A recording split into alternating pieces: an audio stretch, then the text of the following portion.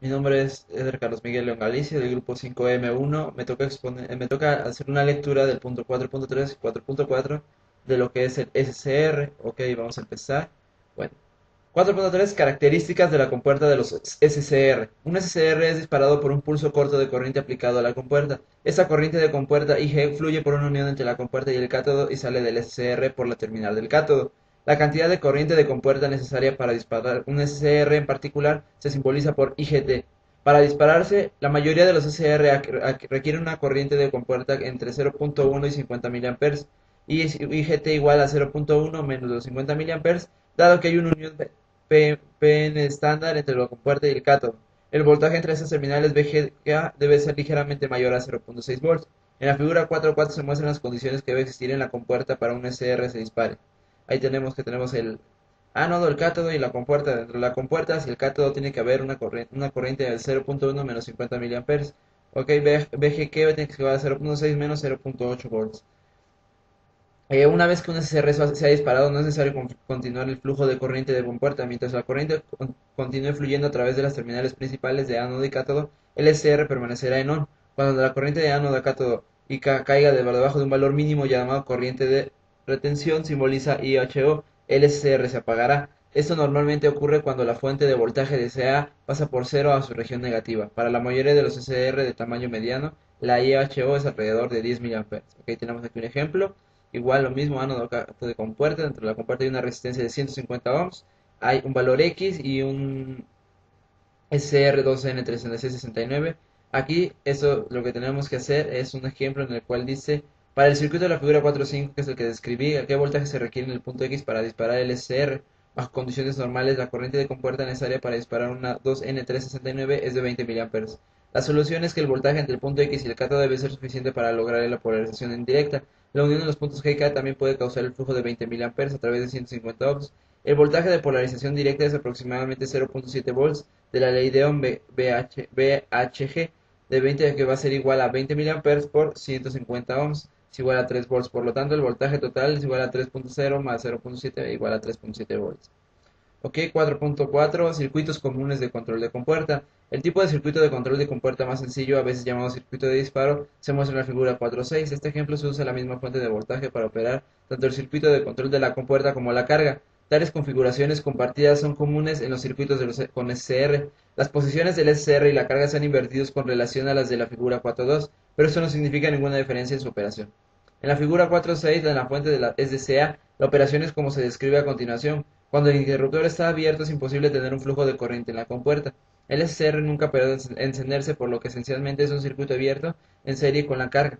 Por tanto, la carga está desenergizada. Cuando SW está cerrado, habrá corriente en la compuerta cuando el suministro de voltaje sea positivo. El ángulo de retardo de disparo determinado por el valor de R2, el resistor variable. Si R2 es baja, la corriente de compuerta será lo suficientemente grande para disparar el SCR cuando la fuente de voltaje sea baja. Por tanto, el ángulo de retardo de disparo será pequeño y la corriente de carga promedio será alta. Si R2 es alta, el suministro de voltaje debe llegar al más alto punto, entregar suficiente corriente de compuerta para disparar el SCR. Esto incrementa el ángulo de retardo de disparo y reduce la corriente de carga promedio. Aquí tenemos la figura 4.6, tenemos la fuente de voltaje, una resistencia de carga, la resistencia 1 y la resistencia 2. La 2 es la que vamos a estar variando. Tenemos nuestro SCR conectado en paralelo con R1 y R2, que van a ser aparte, el SW es la compuerta, el interruptor que vamos a tener. Ok, aquí dice en la figura 4.7, aquí lo que decíamos como el resto del cual va a estar variando y qué condiciones va a trabajar. Ok, dice, tenemos aquí una figura 4.7, donde dice las formas ideales para el voltaje terminales, etcétera, etcétera. En el inciso A, la corriente de compuerta es baja resultante del ángulo de retardo de disparo a unos 90 grados. Como ya habíamos dicho, tenemos nuestra onda senoidal y el resultado de esto es que sube, llega al punto donde se desactiva el SCR, baja, es una línea recta y se vuelve a activar de manera que se vea la parte de abajo, ¿ok? La parte negativa. Y cuando es su ángulo, la corriente de compuerta es mayor, el ángulo de retardo de disparo es cercano a cero. ¿Qué pasa aquí? Lo que va a hacer es cuando llega a un punto recorre muy poco, se corta, va recto y le sale el semiciclo negativo y otra vez corta muy recto, pero así la onda que se ve es más pequeña. podemos explicarlo después. El propósito del R1 es mantener una resistencia fija en la terminal de la compuerta, aun cuando R es cero. Esto es necesario para proteger la compuerta con sobrecargas. R1 también determina el ángulo de retardo de disparo mínimo. En algunos casos se inserta un diodo en serie con la compuerta para proteger la unión compuerta-cátodo contra voltajes inversos altos. Una desventaja de este circuito de disparo sencillo está en que el ángulo de retardo de disparo solo puede ajustarse de entre 0 y 90 grados. Este hecho puede comprenderse haciendo referencia a la figura 4.7. Cuando se muestra la corriente de compuerta tiende a ser una onda sinusoidal en fase con la voltaje a través del SCR. En la figura 4.7a, IG apenas alcanza el IGT, la corriente de compuerta necesaria para disparar el SCR. Bajo esta circunstancia el SCR se dispara a 90 grados en el ciclo. Puede verse que si IG fuera más pequeña el SCR podría no dispararse en absoluto, por tanto los retardos de disparo no pueden ocurrir hasta el de los 90 grados en tal circuito de control de compuerta. En la figura 4.7 IG es bastante mayor, en este caso IG alcanza IGT relativamente pronto en el ciclo cuando son del disparo temprano del SCR.